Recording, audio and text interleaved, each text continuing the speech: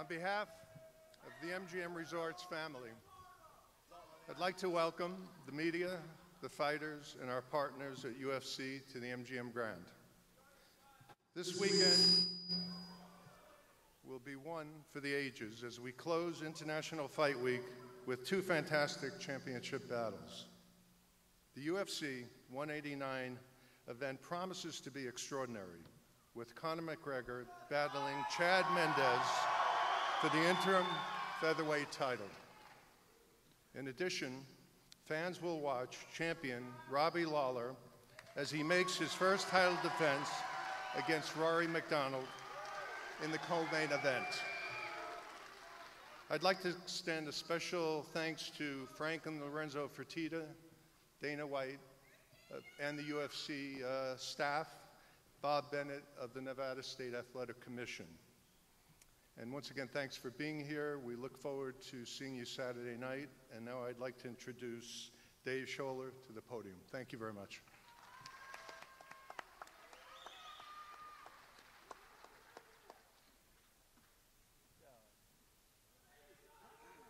How's everybody doing? Is Ireland here right now? Any Sacramento in the building? Thank you all for joining us here. I apologize, Dana's not going to make the press conference, so you're stuck with me. A couple quick notes. Excited to be here today for UFC 189. Don't forget, Sunday, immediately following UFC 189, we have the Ultimate Fighter finale. And International Fight Week also features the UFC Fan Expo. Hope you guys have all downloaded the app on your phone so you can keep up with our current schedule. With that being said, let's get to the first question. Hey, John Morgan, MMA Junkie, USA Today Sports.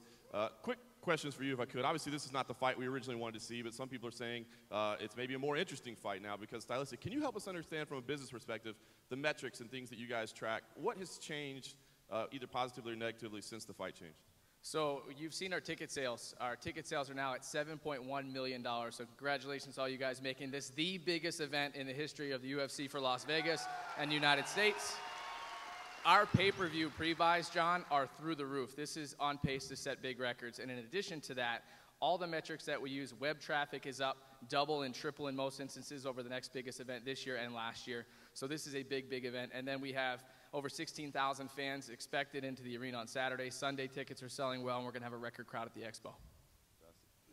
Can you help us understand, obviously Jose is not here, some confusion. It just seems like there were some doctors' reports saying he had a broken rib, some saying he didn't have a broken rib, and there seems to be this feeling maybe the UFC was trying to get him to fight with a broken rib to protect, you know, the integrity of this event, that sort of thing.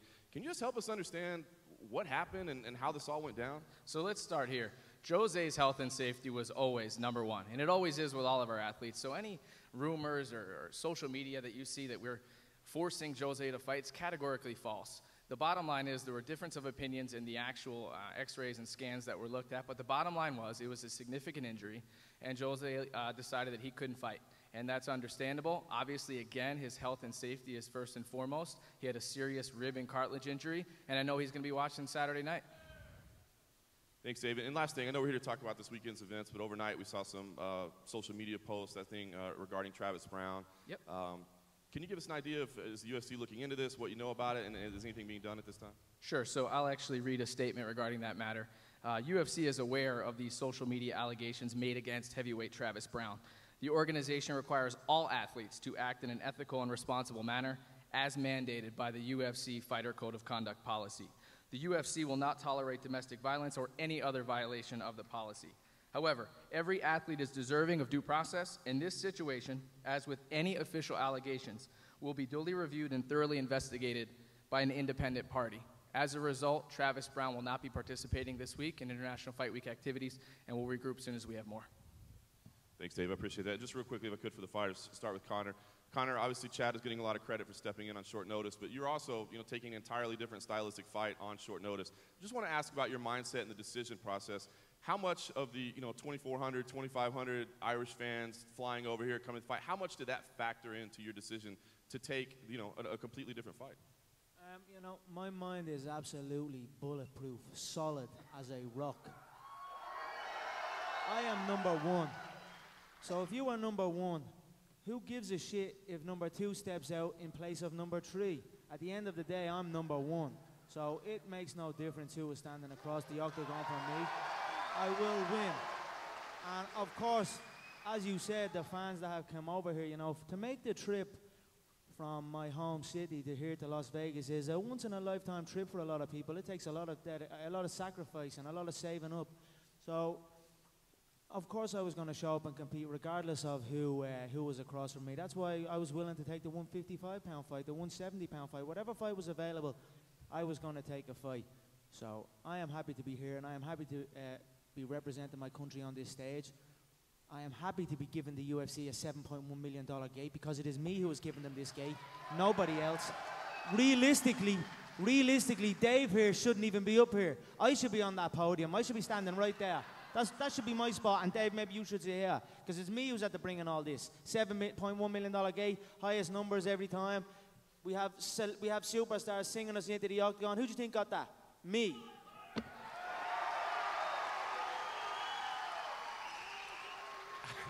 And just last question I have, Chad, I want to ask you, you know, you admitted that you'd been scouting Conor from day one. The minute you got in, you said you knew we were going to have this fight.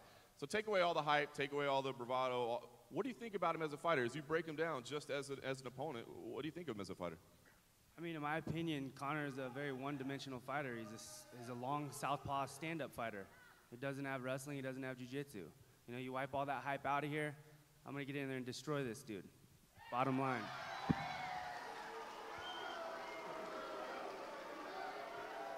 Simon Head from the Sun newspaper in England. Conor, just how proud are you to be looking out at this crowd right now? Predominantly Irish fans supporting you. I believe there's going to be probably 10,000 or more coming over and filling Vegas for fight night. How proud does that make you as an Irishman? I am extremely proud of where I come from, and I am extremely proud that I'm representing my nation on this stage.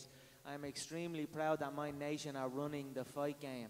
You know what I mean? That fills me with pride. And when, you know, again, tomorrow at the weigh-ins, when 10,000 fans fill the arena for the weigh-ins and make it the most attended weigh-ins in UFC history as well. You know, all of these accolades fill me with pride. So I'm looking to go in there and represent my nation and fight with pride. And I'm going to kill this man across from me. He's a little 5'2" twerp.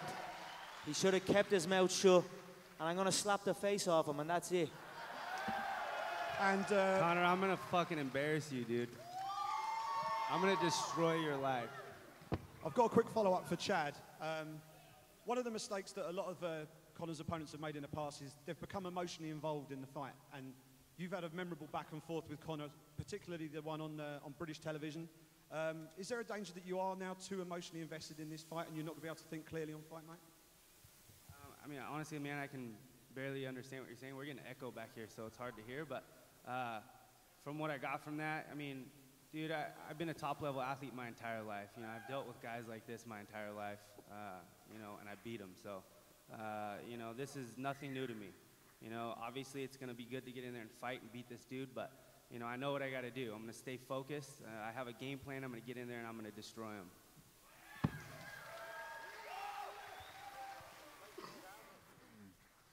Question for Conor here. This is Ariel Helwani. Conor's, thank you.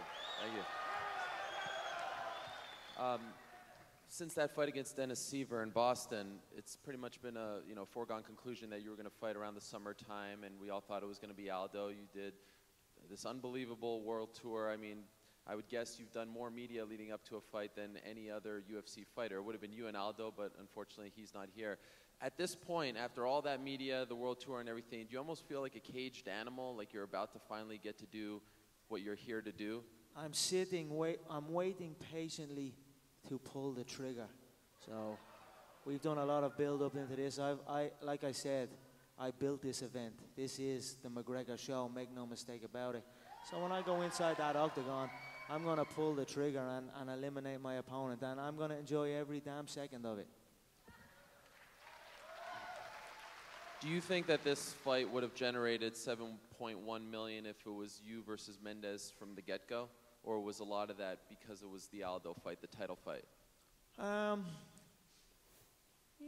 I feel it would. I feel with the roll-off of the Seaver fight, with the record-breaking numbers in the Seaver fight, it was continuing to grow. It does not matter who's in front of me. If it was somebody other, if it was Frankie, it would still roll through. If it was Nate, it would still roll through. Whoever they have, as long as it's me on the other side. Let's say I pull out. Let's say I pull out and it's Jose and Chad up here. The gate easily. Chad's last gate was $545,607. That's less than my show money. It's absolutely embarrassing. So as long as I'm here, the numbers remain. And one last one for you, Conor. Always enjoy asking what you foresee in the future. And since they're without a main event as of right now for September 5th back here in Las Vegas, and I know you want to fight in Dublin, how do you foresee the second half of 2015 if everything goes your way on Saturday? If Jose comes back from his little jog he's had going on,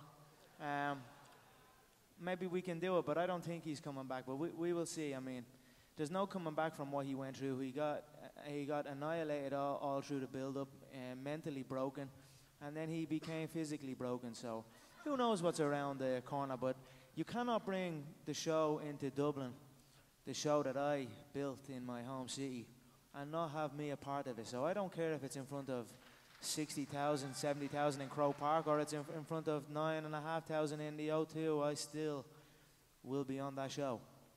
Okay, and then one for Chad. Yesterday, I don't know if you can hear me. Can you hear me, Chad? Yeah. Yesterday, Conor was talking about some tweets that you sent to Jose Aldo, and he said pussy move, yeah? That was a pussy move. Little You're coward. a pussy, dude. Trying to be friendly. You're You. trying to be little friends with him. Oh, please, can I have your fans? It's a bitch move, yeah? It's respect, It's what a man bro. does It's when he's respect. close to Something death. you know nothing when about a man is close at to all. death, that's what It's he does. He respect looks as to a fellow punch up. athlete. When a man is close God, to I'm death, gonna- that's I what can't he wait looks to destroy do. this, dude. He Keep looks to talking, buddy bro. up. Keep talking. He looks to buddy I can't even understand what you're saying. Well, my question was, why did you send those tweets? What made you do that? It's about respect. I knew that there was going to be a ton of Brazilian fans here. These guys want to see me destroy this dude, and I'm going to do it.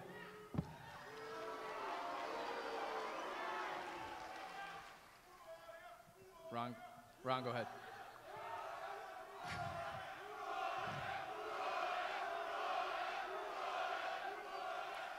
Hey guys, Ron Kruk with Inside MMA on Access TV. Let's start with Conor.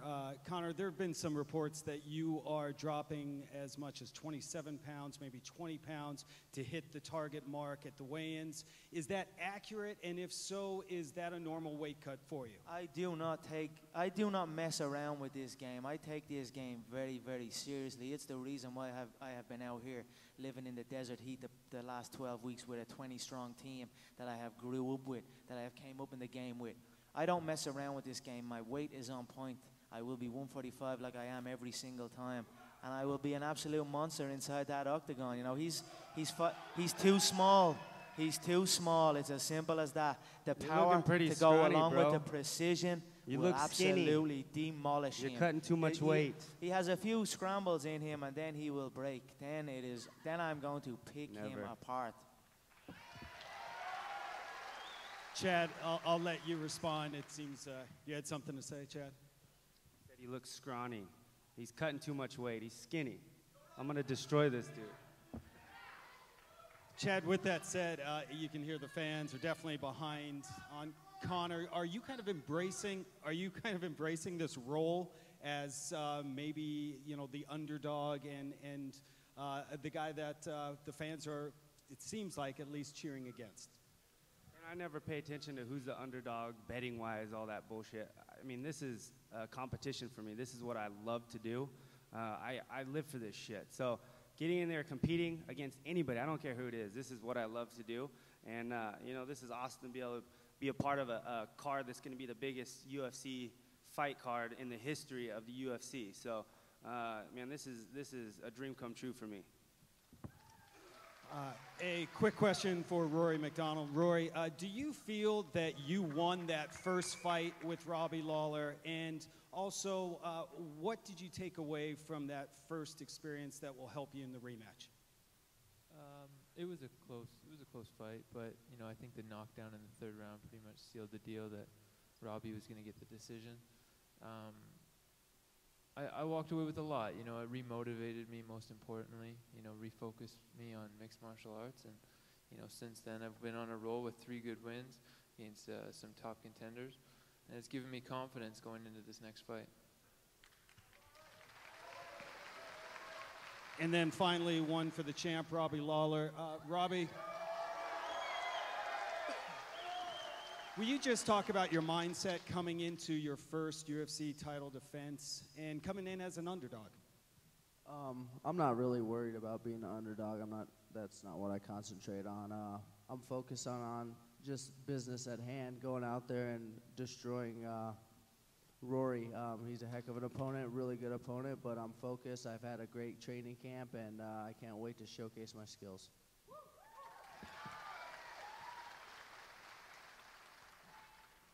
Chris Matthews with KLAS-TV, CBS here in Las Vegas. And Chad, can I just ask you a little bit about your superior wrestling skills, the advantage you would have, but his huge reach advantage, the disadvantage you might have in that?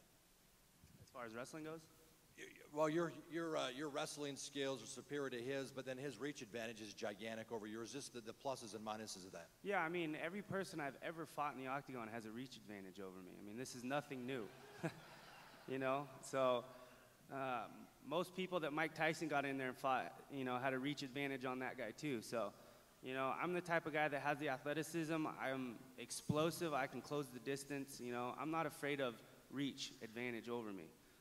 And I have the wrestling ability to put this dude on his back, anybody in the division, to put them on their back. And I'm confident going into this fight. Conor, let me just ask you, you mentioned in the past that you're going to butcher this guy. Explain that to me. Yeah, his facial structure will be rearranged after the fight. He has, you talk about his entries into the exchanges, but really he has only been semi-successful against really, really low par grapplers on the feet. Other than that, he has looked very, very, very basic. He backs up. He is a novice in my eyes. I look at him as a novice. He throws an overhand right. He looks at the floor, closes his eyes, and hopes for the best. This is day one beginner stuff where I come from. So he will find out the range and the difference in skill level when we face and when we collide.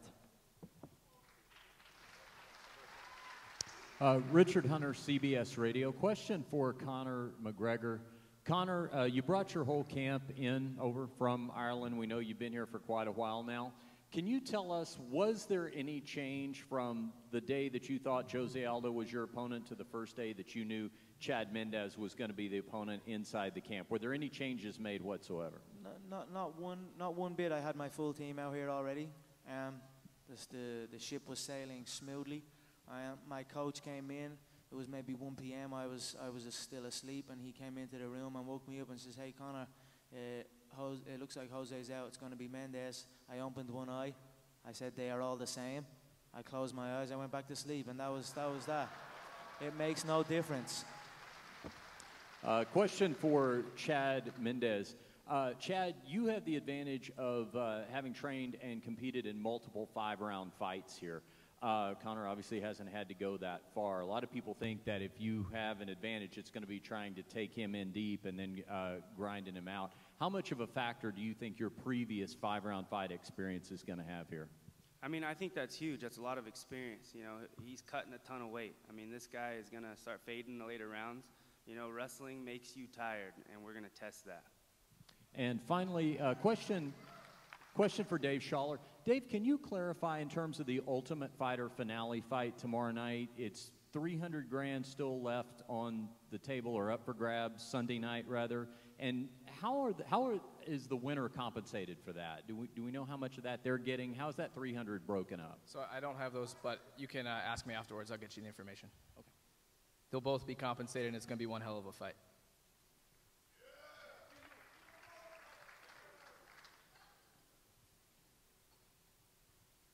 Spencer, go ahead. Spencer Kite with the Province in Vancouver. A question for Rory. You seem far more relaxed and almost excitable and engaging this time around, which is different from previous fights. A lot of people have always talked to you about that. You seem more comfortable. Can you just talk about what it is with this fight that has you in sort of a different headspace this time around? It's my focus. You know, I'm pretty relaxed right now. I think that comes from confidence. You know, I'm just focused on the martial arts right now and focused on this fight, getting through this fight. You know, I really want to put on an impressive show.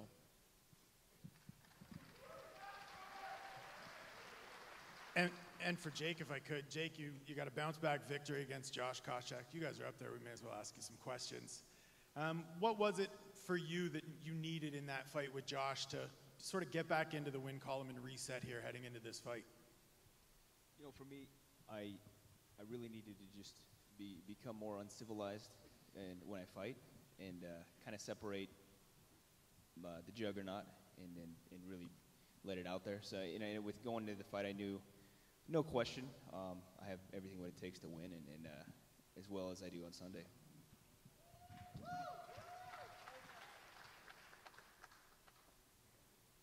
Amber Dixon, KSNV Las Vegas. My question is for Chad Mendes. Conor has a knack for trash talking. Out of all of the trash that's been talked, what's been most personal for you? What will you use to motivate you the most? Yeah, he's a black belt in trash talking. I mean, it comes natural to the dude. So, you know, this has been a fun ride going through all this with this dude. You know, I mean, this is a fight that, in my opinion, you know, like I said, you throw all that hype, that trash talk away. This is an easy fight for me. So, I'm going in this focus. I know what I have to do. He can say whatever the hell he wants to say, but you know, I know what I got to do. And what makes it an easy fight for you? What makes it an easy fight for you? I mean, he's a one-dimensional fighter. He's a stand-up fighter. That's it, bottom line. I mean, he doesn't have anything else. You know, I'm more well-rounded. I have power. I can put people to sleep on their feet. I can take you down and beat a hole in your face, and I can submit you. What else can he do? And Conor, what would your response to that be? He will do absolutely none of those things. Not one little bit of a thing. He's a rookie. He's a novice in my eyes. He's a white belt on the mat. He has no, in the grappling exchanges, he will learn as well, and then panic will set in, and then he will cower like a little girl and begin his run. But I will catch him. And the last Perfect. question. Keep thinking that, dude. Keep thinking that. The last question for you, Conor. Can you describe the significance of this fight for your country? It's a monumental occasion for myself, my team, who have been with me since day one, my country. We are running the fight game now, you know what I mean? The Fighting Irish is back, so it's a historic moment. Go ahead, Dwayne. Thanks, Dave. This is for Hyder. Dwayne Finley from Bleacher Report. You had a lot of hype coming into this, a lot of buzz building up into this tough finale that you made. What does this moment mean? What will this fight mean on Sunday for your career, and what can come next? This fight represents all the blood, sweat, and tears, all the hard work that I put in, the years that I put in, the injuries. You know, the 3 fights that I put in 16 days. This is, for me, it's my opportunity to go out there and put that final nail in the coffin, show them what I'm all about, and go out there and break them. And the next question is for Jake. Congratulations on the addition to your family. Thank you. Thank you. So, with that said, how does that change things now in your career, what you're fighting for? Now that you're a dad, moving forward in this big fight against Steven, what's that kind of mean for you right now? You know, it's been life-changing. You know, it's very uplifting. But, you know, I'm here for business. I'm extremely focused. I've had a lot of high-profile fights. You know, I've been up here. I'm comfortable. So, you know, Sunday, without a question, I'll get my hand raised, whatever it takes.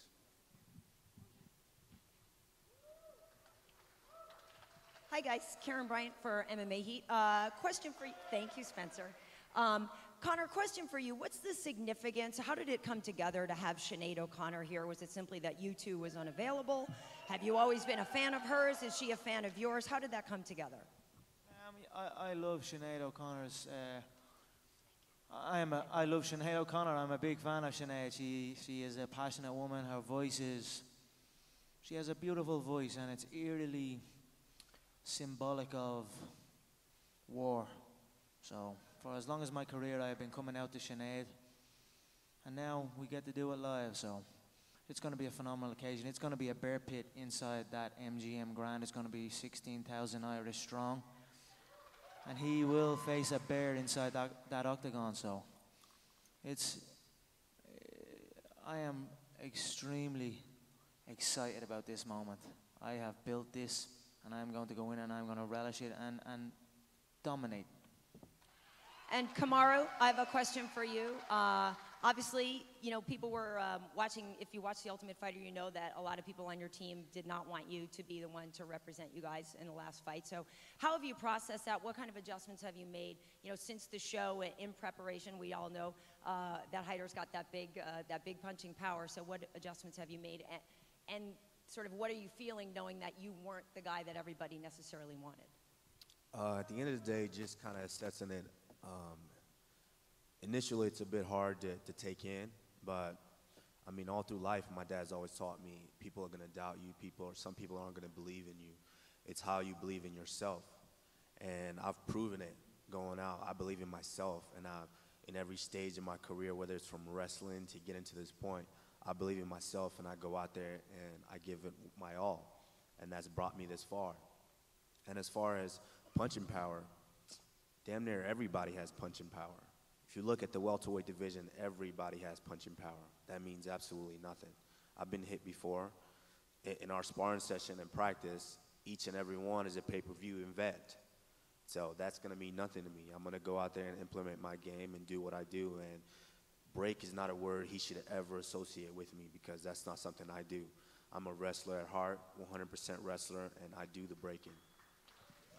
And Hyder, for you, obviously right now you've got that great benefit of having the champion in your camp preparing at the same time. How much has that helped you prepare for really what is the biggest fight of your career? Yeah, just having Robbie there with me even during the season. You know, I've always looked at him as a big brother, mentor, you know, just for what he's accomplished in his career, the mindset that he has. You know, his fighting style is something that I try to implement. You know, he's trying to go out there and rip your head off, knock your head into the upper deck. And that's something that I always try and do. You know, I'm a guy that goes in there ready to kill, prepared to die. And anytime you have that type of mentality, only great things will happen. So I'm excited for this fight, and I'm going to bring it. And Robbie, for you, just sort of what have you seen? Obviously, you are a leader, you know, at your gym. When you look at somebody like Hyder and he says he emulates you, you know, how does that make you feel? And what have you seen in him and some of the other young guys in the team? Yeah, it feels good. These guys looking up to me. But really, I'm just trying to lead by example, do the right things, train hard, and go out there and try to beat people up. So I think they appreciate me. The quiet guy doesn't talk very much, and I just go out there and handle my business and put on a great show. Great. Thanks, guys. So, Richard Hunter, to follow up on your question, there's $300,000 at stake for the winner of that finale between the two guys, and that will be divided up according to the owners. And as far as the financial contracts, those are confidential. Yes, 300. Yep. Ariel? Question for Steven. Jake got back on the winning track not that long ago. He was on a bit of a losing streak prior to that. How do you assess that performance? Was that a win over maybe a guy who was at the tail end of his UFC career, or do you think that he is really back on track? To be honest with you, I do think he is. I mean, his last 3 losses were top guys in the division, so I don't take that away from him at all. And beating Koscheck, I mean, Koscheck is, you know, he's down to throw, you know, he's a good fighter as well. So, you know, I'm just ready to step in the octagon Sunday and show the UFC, show the fans that I'm ready for that next level of competition. And I know you helped Chris Weidman out when he was preparing for Anderson Silva, but now it seems like almost the tables were turned where he was helping you out a lot. He went to South Carolina and all that. What's the relationship like with Chris, and how much confidence does it give you to have the champion in your corner? You know, it's a huge confidence builder to have Chris in your corner. I mean, for your camps, he invited me to his first training camp with Anderson Silva. I've been there ever since. He's a good buddy of mine, good family man. And, yeah, it was a privilege to have him down to South Carolina to train with me, get ready for my man Ellenberger. So, you know, it definitely puts a smile on my face to know that the champ has got my back. So it's pretty cool. And a question for Rory. I can't help but notice the hair is changing once again. What's going on? What's the significance? Are we going away from the mohawk now? No, I'm gonna get a haircut. Don't worry. Okay. All right. Just a little lazy right now. All right. Cutting weight. I was worried. And then just another one for Conor. Talking to a lot of your fellow countrymen, some have said that this is the biggest moment in Irish sports history since Italia 90, when the Republic of Ireland made that great run. I know you were just 2 years old when Italia 90 happened, but do you remember talking to people as you were growing up, like what that meant for the country, and did you ever think that I could be the guy to bring, you know, the Republic of Ireland back on the world stage once again? I remember the buzz at the time, yeah, but I always thought I was going to be the one to do this. If I did not think that, we would not be here. Every day you know, myself and my coach, we said, we are going to change the face of the fight game. We are going to introduce the Irish public to true martial arts, to true fighting, and that's what we have done. And now we are on the world stage. Now the game is about to be wrapped up in a little bow. So it's a monumental occasion, and I'm extremely, extremely proud of it. And this event is exactly 6 years since UFC 100 happened. And I'm wondering if you watched that event live and if you had those same dreams that, wow, I could be. I mean, this almost feels like the biggest one since, in some ways, for the July 4th weekend cards. Yeah, 100%. I'm a dreamer. I always dream. I always visualize.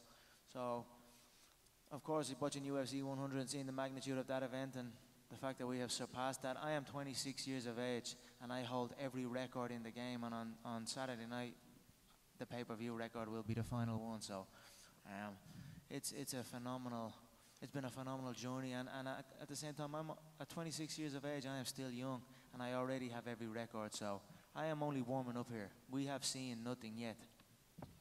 Okay, and then just one last one for Chad. Obviously, ideally, you'd rather have a full training camp for a fight of this magnitude, but are you almost a little bit happy that you didn't have to go through the world tour and all that and, you know, be around Conor and listen to him? Because it seems like sometimes you don't enjoy that process very much. Oh, yeah, definitely, man. This is perfect for me. I get to, you know, be in shape. I get to come in last minute, fill in for someone that was injured, and whoop some ass. So, yeah, this is perfect. Chad, Gareth Davis from the Daily Telegraph. Just following on from that, obviously, as you say, you kind of perhaps had the blessing of not having to go on the media tour with Conor. Do you actually think he is disrespectful, or is it just the fact he has this great self-belief in himself? I can't tell if the guy's being disrespectful or if he's being calculated, but either way, I mean, this is a fight. I mean, he can say what he wants to say, you know, and we're going to get in there. Once that octagon is locked, it's going to be a war. So, you know, like I said, this guy is the type of guy that's going to try to get in your head, trying to pick you apart before you even get in the octagon, but it's not going to happen with me. Just to take you back a few months, obviously I was in the studio in BT Sport in London when you were on the live link. Conor was in the studio with us that night. And before you had the chance, or Conor had the chance to answer how tall he was, there was the whole he'll rest his cojones on your head comment, of course. But, what we never got to the bottom of, or I never got to the bottom of with you, was why were you asking him how tall he is? Because he's always calling me Mini Mendes, and he acts like he's 12 foot tall, but he's not.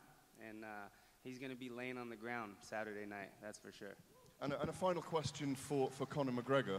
Conor, do you think Chad's disrespectful of you, calling you one-dimensional? No, not particularly, no. I think every athlete must have things that they go to believe in and to enter the contest, but he knows himself, and he will know that he is in over his head. It's as simple as that. The first exchange, he will know. All right, guys, we're going to take a couple more media questions and a handful of questions from the fans as well. Hi, I'm Anna Laurel with ABC 11. This question, we'll start with Chad Mendes. You've seen Conor fight 5 times in the UFC now. What holes have you found in his game? Obviously, I'm not going to talk about that right now. I'm about to fight the dude on Saturday, but there definitely are some holes in his game. I've, you know, picked that stuff apart. I've watched a lot of tape on this dude, and I'm ready for this fight. Conor, do you want to answer that? Do you see holes that you want to tell us about in Chad's game? I have been pretty vocal about Chad's game. I feel he is a novice on the feet. He swings the overhand, looks at the floor, closes his eyes, hopes for the best. even his wrestling entries, I feel, are very, I don't see smoothness in the wrestling exchanges. It's more of a drive, a push. And when I look at him compete and I look at him train, I see fatigue, I see inefficiency. And when that happens against me, you are in a lot of trouble.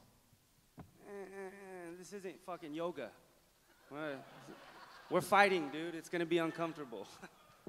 Have you trained differently knowing you're going to be fighting Conor? What was that? Have you trained differently knowing you're going to be fighting Conor?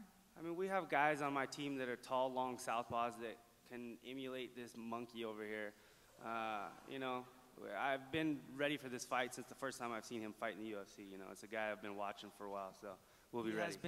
He has been sweating me since I arrived in the promotion, as has the whole division. I can't As soon understand as I you. came on the scene, everybody started preparing to fight me because they knew the king is coming. I can't understand you.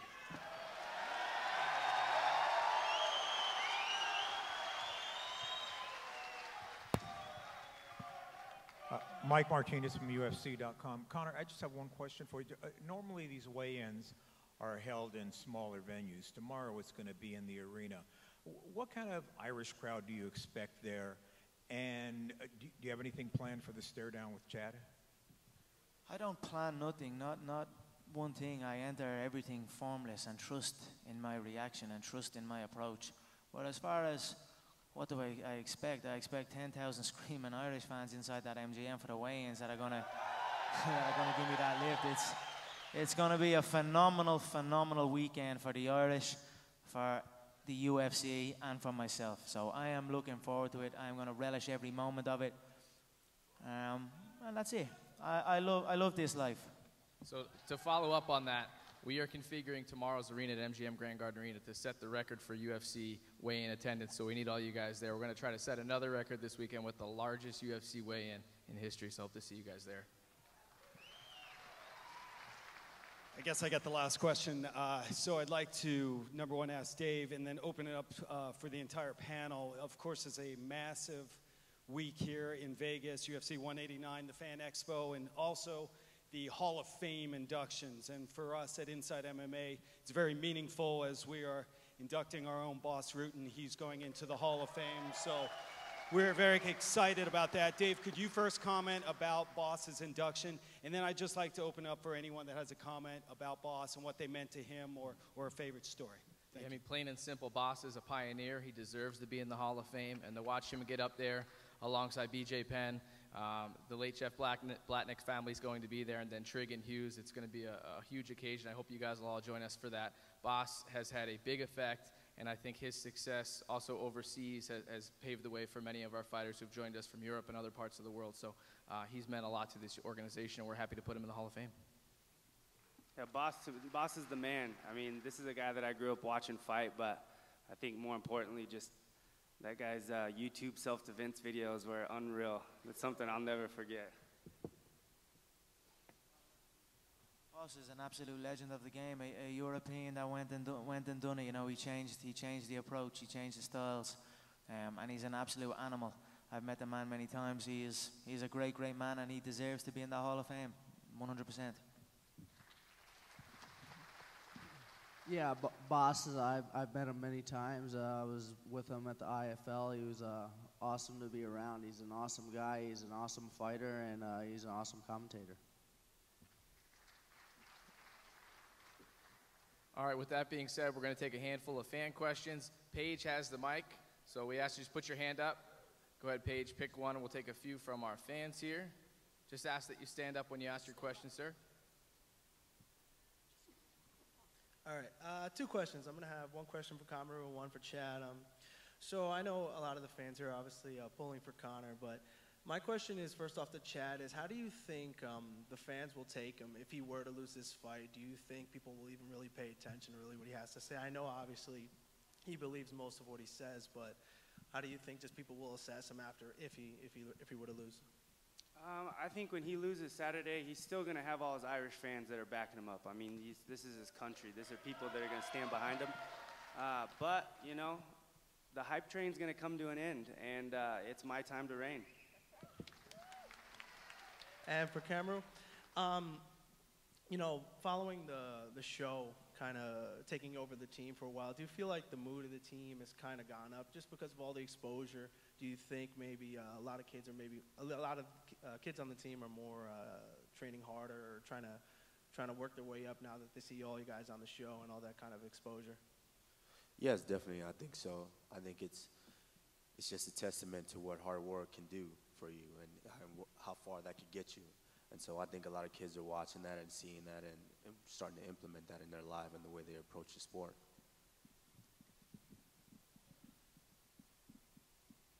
You're up, sir. Hi, for Rory, just fans from South Africa. What is your longer-term plan once you win the title this weekend? What's your longer-term plan for the future?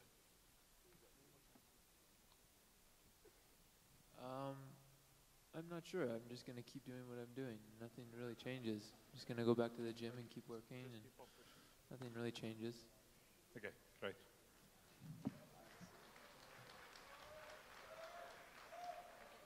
Okay. This question is for Conor. After you plan on beating Mendes tomorrow, who do you want to fight next, Aldo or Edgar? Aldo's a pussy. Simple as that. The Brazilians pride themselves on, manning up and fight. Usually the Brazilians show up and fight, battle through. If I was to jump under an X-ray machine, I'm sure a couple of little knocks and bruises would show up on me too. But I'm still here. So, it's the fight everyone wants. It's the fight we work towards. So, if he comes back from his jog, we will consider. But it will be on my terms. He will do as I say. So, Paige, we're going to take those few folks there, then we're going to move up there and move over here, and we'll wrap it up. Okay, so we'll take the last ones there. Conor, as an Irish Canadian, I know that you're going to win knockout of the night. So, do you see a fight of the night between Rory and Robbie? And who do you got there? Because I need to lay some money. I feel I will take the knockout of the night most certainly. The Robbie and Rory fight, both very skilled mixed martial artists, veterans of the game. It was a razor close fight the last time. I think the championship rounds will be in effect here. I think it's going to be a back and forth fight all the way to the finish. I think whoever wants it more will take it. So it's going to be a phenomenal contest, and I look forward to watching it. So you're going to let them have fight of the night then? You're going to let them have the fight of the night? I don't really look for fight of the night because for me, fight of the night, the contest must be close. I dominate, so I take performance of the night.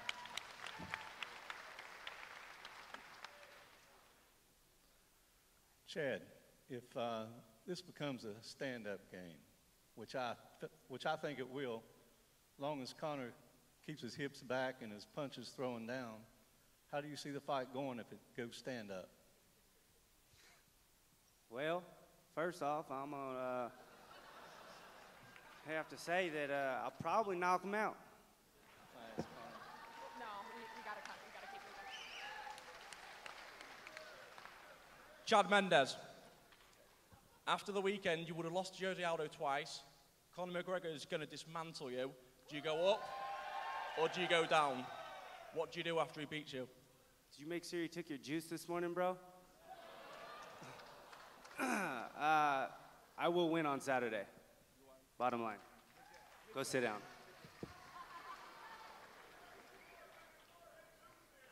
This is Jim Edwards from MMA Latest. The question for Dave.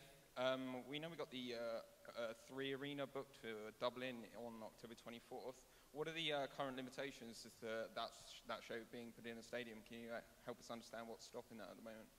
Are you asking if we have the arena or the stadium? Sorry, I couldn't Yeah, hear. no, I'm just wondering what the limitations are to putting on a stadium show in Dublin at the moment. Right now, there are no limitations that we're aware of. We're evaluating our options for Dublin. We know you fans want a stadium show, but we also have a great arena there. So I think in the coming months, we'll evaluate what we're able to do. And I know the guy to my left wants to fight in the stadium one day. So you Irish fans keep supporting, and we'll figure it out. Conor, can you please rip Chad Mendes' head off?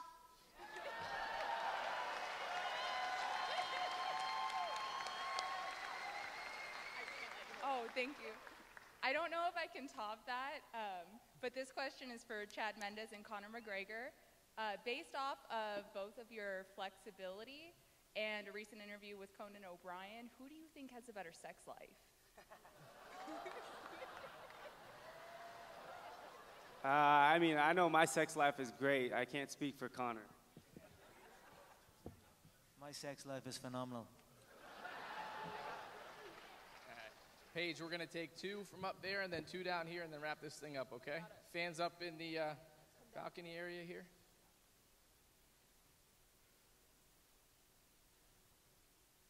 Go ahead, sir. Conor, just from all the Irish fans here, just want to wish our condolences to Brendan's family. Just bring the gold home for him. Yeah, definitely. It's terrible news what happened to young Brendan, and I am just honoured that I got the opportunity to speak with him, and I am honoured that he used his Make-A-Wish Foundation to have a phone call with me. That blows me away, and most certainly I will carry Brendan's spirit in there and represent him and my country well.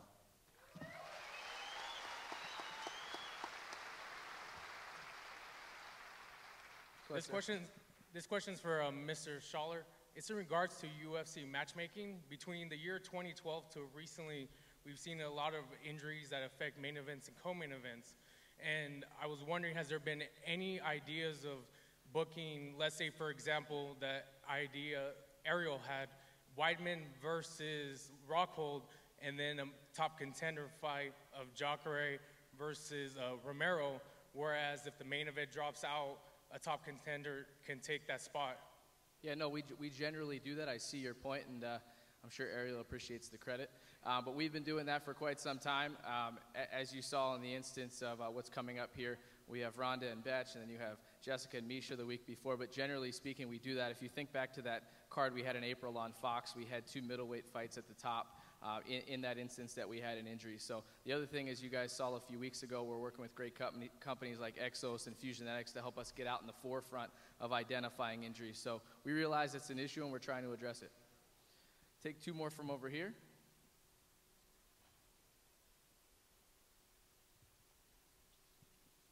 Conor, just for fun, Mandinka or nothing compares to you? Just for fun, Mandinka or nothing compares to you? Sinead O'Connor song. Of them two, I'd say nothing compares to you. It's a classic, eh? Conor, as a Southern California native, I saw you were living in Southern California. Would you ever be open to fighting in Los Angeles? Yeah, I would fight anywhere, you know. If I'm being honest, I feel Dublin, Vegas, they are my 2 locations for my career. But we will see, but I am open, and we will see what presents itself. Thank you. Last question. Hi, this is for each of you, both McGregor and Mendes. How have you directly affected your community outside the octagon through giving back or charity service? I do a lot of work with the Wounded Warriors Foundation. I do actually have my own hunting show that I'm starting, so we do a lot of work with these guys and bring them out and, you know, really just help these guys get back into society. You know, a lot of these guys have issues coping with, obviously, the stuff that they go through. So anytime I can get out there and help these guys, it's, you know, it's a huge honor for me, and I love doing it. I am in discussions with some charitable organizations as well, and I look forward to giving back to the community that I came from, and supporting people who are in the place I was in. So I think it's important for athletes in our position to give back. So I look forward to teaming up with some organizations and doing that. All right, guys, that's going to conclude today's press conference. Make sure you download the official International Fight Week app. It has all of the events going on today through the end of the week. We'll see you at the record-setting weigh-ins tomorrow. Thank you, guys.